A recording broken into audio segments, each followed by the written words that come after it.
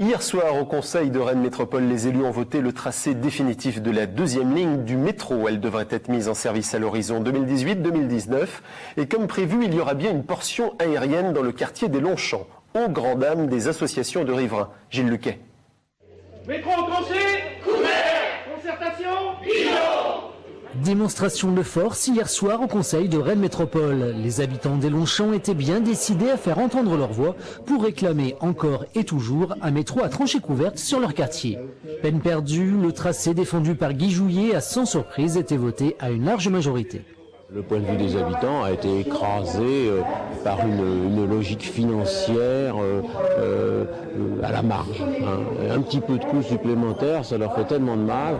1 million sur 1 milliard, alors qu'on est dans des taux d'erreur de dizaines, peut-être même, disent certains, de centaines de millions. C'est notre responsabilité d'élus d'avoir à cœur de maîtriser la dépense publique, les finances publiques.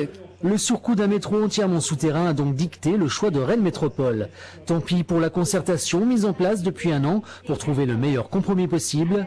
Les habitants des Longchamps s'estiment sacrifiés au profit de l'intérêt général, un avis partagé par l'opposition.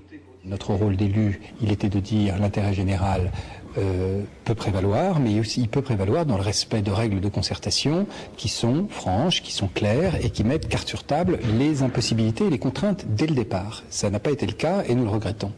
Dans 10 ans, une partie du métro sera aérienne au Longchamp. Défiguration du paysage ou valorisation du quartier, chacun pourra se faire son idée.